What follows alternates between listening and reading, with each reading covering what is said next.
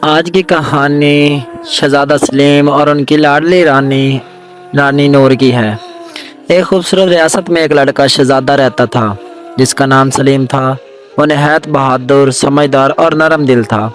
اس کی آنکھوں میں ایک عجیب سی چمک تھی، جیسے وہ ہر راز کو سمجھ سکتا ہو۔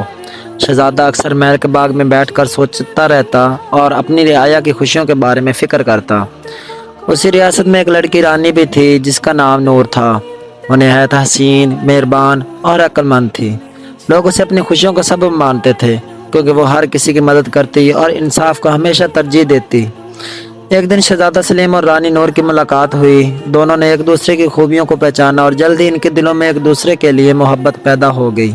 لیکن ریاست پر ایک مشکل وقت آ گیا۔ ایک ظالم دشمن نے حملہ کر دیا۔